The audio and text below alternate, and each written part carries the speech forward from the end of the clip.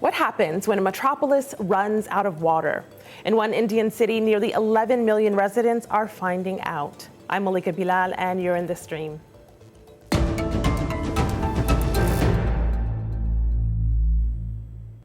The water supply has dipped dangerously low in Chennai, a bustling megacity in the southern Indian state of Tamil Nadu. Each day, for the past several weeks, crowds form long lines at water tankers sent in by the government. For many, life now revolves around finding enough water to drink and stay clean, so every drop counts. Well, speaking to Al Jazeera this month, one resident of Chennai explained how dire the situation has become. Take a look. Without water, we are not able to cook food. We are not able to sleep as we are running around in search of water. The water problem is very severe this year and no authority has bothered to take necessary steps. Well, we've reached out to several government officials, including at the Ministries of Water Power, Wastewater Management, and Climate Change. We also contacted the Municipality Waterworks of Chennai, but have not received a response from any of them. However, in recent weeks, officials blamed the media for exaggerating the water problem and said a lack of rain caused the shortage. So joining us to discuss the water emergency is Veena Srinivasan. Veena is a senior fellow at the Ashoka Trust for Research in Ecology and the Environment. She leads the group's Water, Land and Society program in Bengaluru. From Nagarkoil, India, we have Raj Bhagat's Palani Chami. Raj works as a data manager for WRI India, supporting projects related to water, transport, and energy. And TM Krishna is in Chennai. He is a musician and environmental activist. Welcome, everyone, to the stream. Good to have you here. Krishna, I'd like to start with you because you're in Chennai. So how are you and your fellow residents handling the lack of water? Tell us about an average day. Well, I belong to the section of society that's far more privileged, so we find ways of buying tankers and surviving. But the fact of the matter is that most people are getting 3 to 5 buckets of water a day, which is supplied sometimes only once in 2 days, and they literally have to go to the neighbor's house to get another tumbler or a jug of water. The water that people are buying in tankers are as ridiculous and dangerous because what is happening is the water table in surrounding agricultural lands are being tapped on. People are putting bores in their agricultural lands because we are also experiencing agricultural distress. And that water is then supplied in these huge tankers to the residents of Chennai. I must say that this phenomena is not new to Chennai. Chennai has gone through this phenomena of not having water, of tankers being on the road every day, for many, many years. It's just that now it's reached tipping point. And it's shocking that even now we have government officials, we have our chief minister who leads the state, saying that there is actually no problem. So that's the best way of not answering questions, right? To say there's no problem. Right. When the reality is that the water table is completely dead. We have eaten into all our marshlands, we have destroyed mangroves, we've destroyed our lakes. The land mafias have taken over half the lakes, built structures wherever they wanted. And we've done everything to convert the city, which has 3 rivers, Kosastalayar, Kuam, and Adayar. And all these 3 rivers today are drainage pipes. Now, this is in a gist, Right. the reality of Chennai's so-called ecology.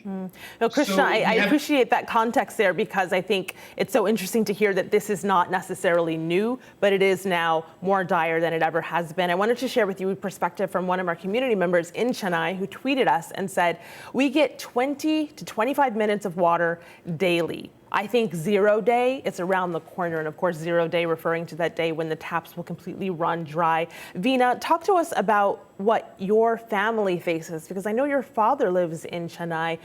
What does he have to do to get water? Well, that's right. But like Krishna said, my dad also belongs to a relatively privileged section of society. So they have a bore well, and then the bore well goes dry, which it did earlier in the summer. They ended up having to buy tanker water, and that's kind of the situation which the wealthier society, basically the wealthier section of society, buys their way out of a crisis. The people that really suffer are the working class. So, for example, people that might work work for my father, for example, live in a slum nearby. And as Krishna said, you get a tanker coming in every morning and you have to wait in line to get 3 or 4 buckets of water. And there's a whole bunch of interesting arrangements about even within a slum who's allowed to get how much water. And there's very, very complex arrangements. Owners get more than tenants, sons get more than daughters. I mean, it's all kinds of complicated arrangements that have to be worked out. So it's a very it's a much more complicated situation, which wealth allows you to buy your way out of. Of course, as in so many places. I'm glad that you both made that distinction because it's not lost in our community. One person on Twitter says, not everyone is affected the same way. The poor have it real bad while the rich barely experience the crisis. The poor are having to spend a disproportionately high amount on water while five-star hotels have brimming pools and it's business as usual for alcohol and beverage companies. So that is one person's take on the discrepancy, but we got a video comment from a journalist in Bengaluru, and she also explains what this has meant for poorer communities. Have a listen to Aruna. Chennai's water crisis is reflective of a crisis in India's commons, where you have neighborhoods that are built on lakes that flooded during Chennai's floods, now running completely dry. These neighborhoods are served by slums that have a single hand pump where women crowd around waiting for the one government water tanker to provide them their basic needs. Raj, does that surprise you at all? No, not much actually. So Chennai has been facing some water crisis for some time actually. The city and the peripheries around it has been growing forever. Not just the urbanization, but also with respect to agriculture and irrigation as well. So in a region where there is, too much of demand, even if there is a small fluctuation in the supply, there is supposed to be a crisis. That's what's happening with Chennai. So the problem is actually with our demand management and where we focus on urbanization and where we focus our growth. That's where the problem is. It's a more structural problem rather than one-time issue or something like that. So Chennai is bound to have. I mean, if we continue this same thing, we will be facing these crises for in some other time when we have some kind of 50% less rainfall or 30% less rainfall. So it's bound to happen. Can I just come in there? Yeah. Because it's a structural problem, but the structural problem is also in the way we structure development as an idea. And we can't not address that.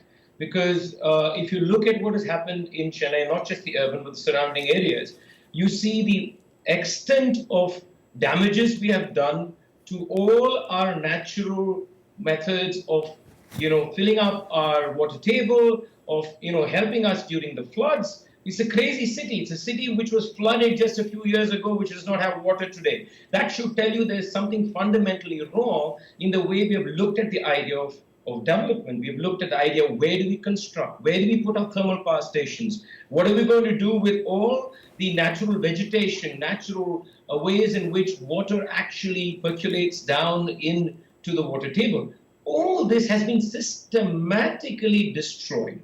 And that is also a fundamental structural problem in the sense of how we understand what development is and what we understand of people, because it's also a question of social justice. It's also a question of where do we build these structures, which are the places we destroy, thinking that it's not going to come and hit us because the people living there are marginal. And today, that absolute injustice, which is both societal and towards the environment, is coming to eat everybody, including the elites of the city. And the only thing we elites are doing is, like Veena said, buying our way out of it. We are not going to be able to buy our way out of this forever.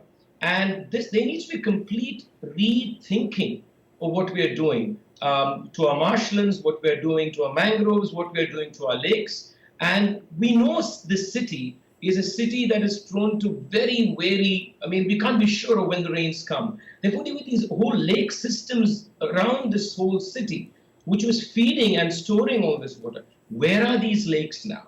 What have we done to them? These are serious long-term questions, redirections, reimagination into how we are living. So you said reimagination, you're already doing that. Veena, I hear you, and I'll go to you after this, but I wanted to bring this in because you heard Krishna say reimagination there is needed. You've been working on this issue for several years now, and in fact, of course, you're also an artist, and so you've been pouring your heart into your art on this issue. So I want to play a video comment from 2017. This is Paramboke, featuring you. It's a clip of you singing about this issue in a music video. Have a listen.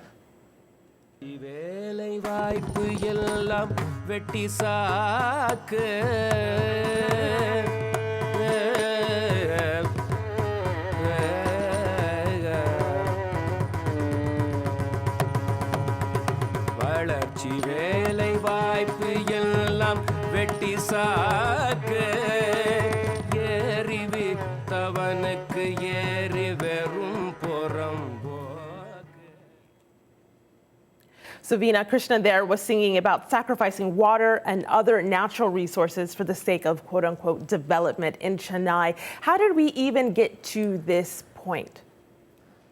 Yeah, so what I was trying to say earlier is actually we got to this point, and I think Krishna alluded to it before as well. We've been in exactly this point before. So in 2003, 2004, it's almost deja vu today, because in 2003, 2004, the exact same situation happened. The reservoirs were dry, pipe supply was shut down, the entire city, and that was almost for a year. The entire city was supplied by tankers.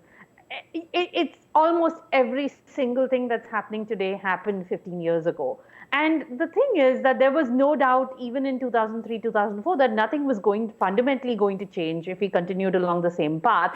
And yet we did. If you look back between 2003, 2004 and today, some of the most basic things that you should have said should have been done in 2003, 2004. And there were plenty of analysis done, plenty of reports written, which kind of showed what should have been done. Basic things like you have to put metering in place, get your sewage treated, don't encroach on water bodies,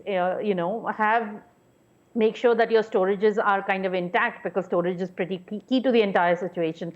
All of these things were kind of said 15 years ago. And we've had 15 years to think about it, and still we are exactly back where we were 15 years ago. So I think there's something very seriously wrong with the way we kind of allow the same cycle to repeat without changing. Who is to blame for that, though, is the question that so many people are asking. And I hear you saying what people have been and could be doing along the way. This is Rocky Cobb on Twitter, though, and Rocky says, I think the government should be held responsible for all of this trouble Chennai is going through. Improper water management has led to this situation. Now, of course, as we mentioned, we've reached out to the government. They did not respond, but they have created a new ministry to help tackle this crisis. So have a look at India's president announcing the launch of this new ministry in June. We must conserve water for our children and future generations. The creation of the new Ministry of Jal Shakti, Power of Water, is a decisive step in this direction, which will have far-reaching benefits. Through this new ministry, the systems related to water conservation and management will be made more effective. So Raj, is that an important first step, or is it not enough? It is yet to be seen, but I think it's a good step that the central government is ready to look at all these water crises right now. A first step of solving is actually that there is accepting that there's a problem, right? So I think it's a very good step, and I think over time we will come to know about the details of what they are going to do exactly and how it is going to come up. It's just a new ministry, so we are not yet sure of what it's going to. But I think the interest that has been there is somewhat positive. But I think more should be done because actually one thing I also want to add is that it's not just Chennai's problem actually. This is a regional problem, and also it's not limited to southern parts of India alone. Many parts of India are actually affected. Maybe this year this is Chennai, and it will be another place somewhere else in the next year, something like that.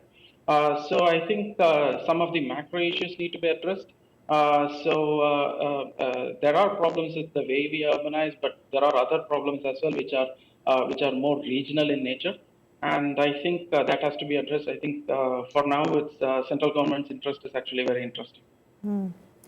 So I wanted to Yeah. share this. I'll give it to you, Krishna. But Samira says all these big tech companies in Chennai should help with this water crisis and pollution. And so that plays really well with a video comment we got from the author of a book. It's called A River Runs Again. This is Meera Subramanian, a journalist who says there are solutions and we should be looking green. Have a listen. The major city of Chennai has run out of water, and part of the solution for how to deal with these kind of crises might come from green infrastructure. Green infrastructure looks at working with the natural systems.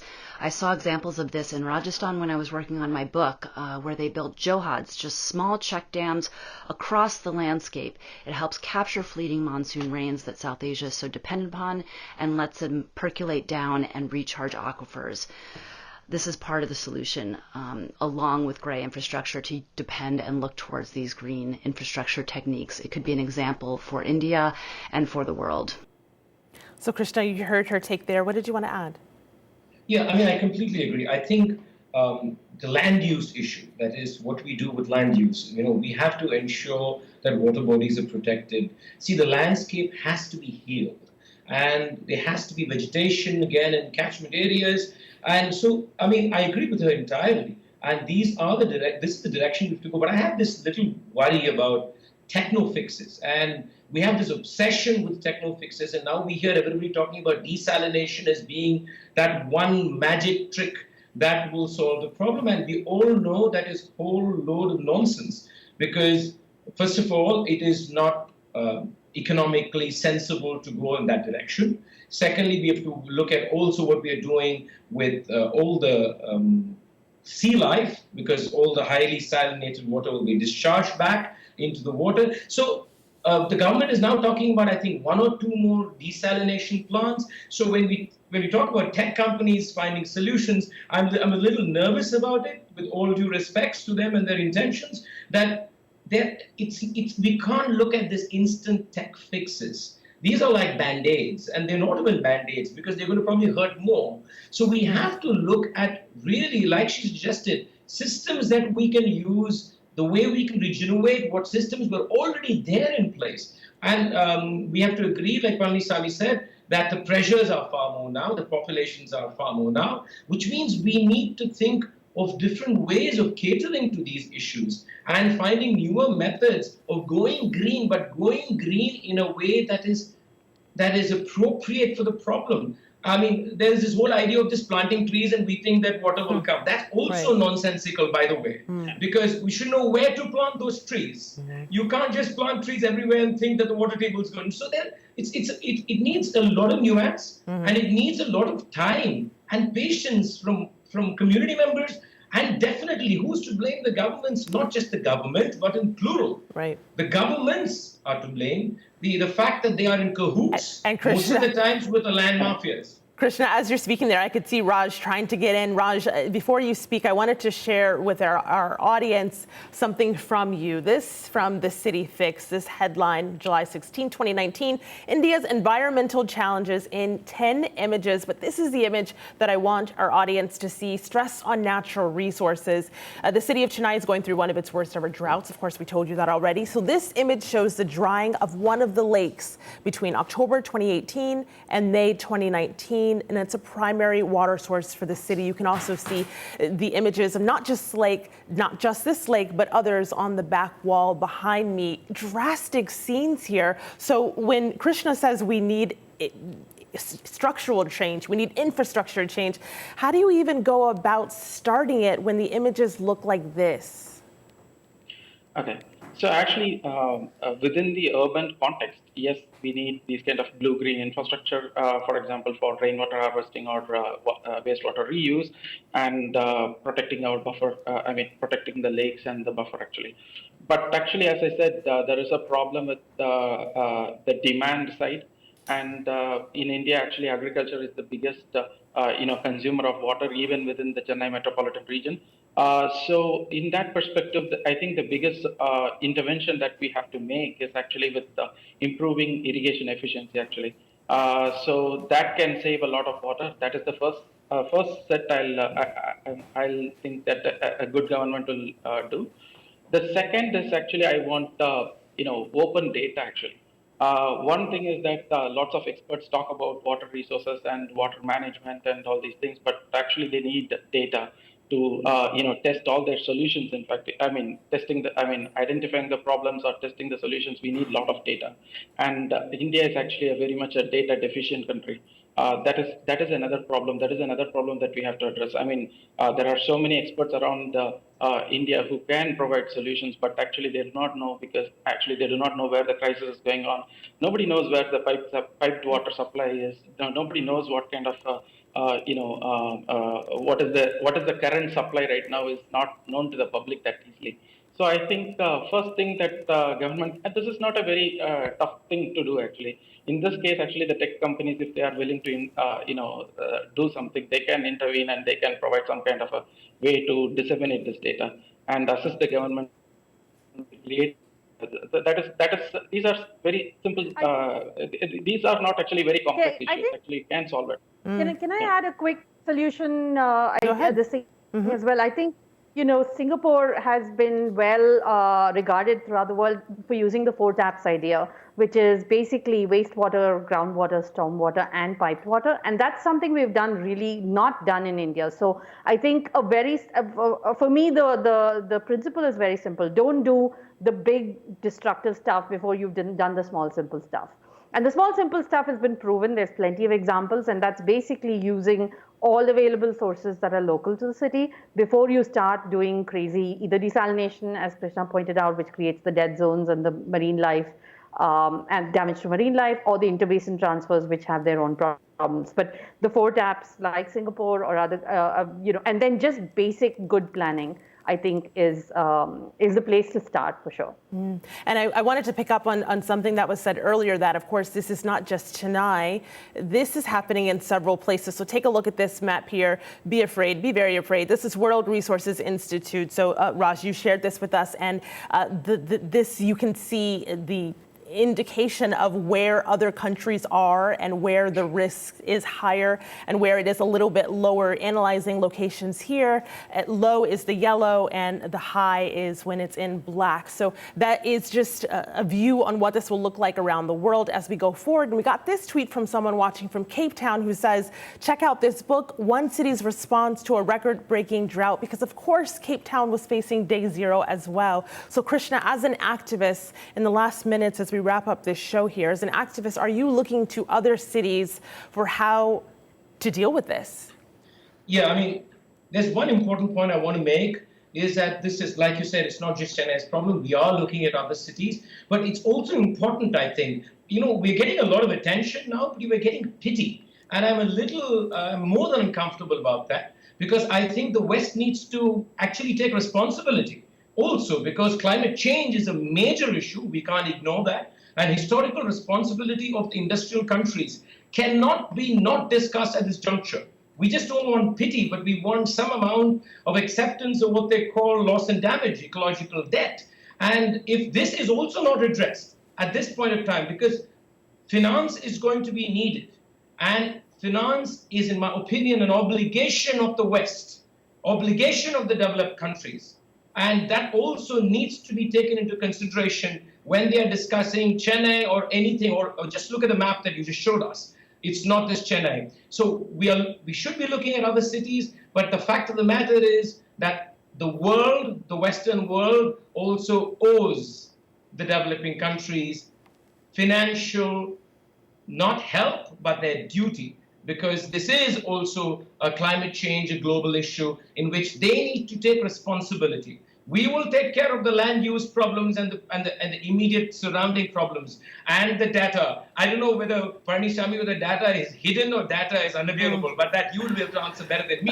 Krishna, that is a perfect place to wrap up this conversation. Veena, Raj, thank you so much for joining us. I want to end on a little bit of T.M. Krishna's Paramboke music video to play us out. Thank you so much for joining us, everyone. We'll see you next time. Paramboke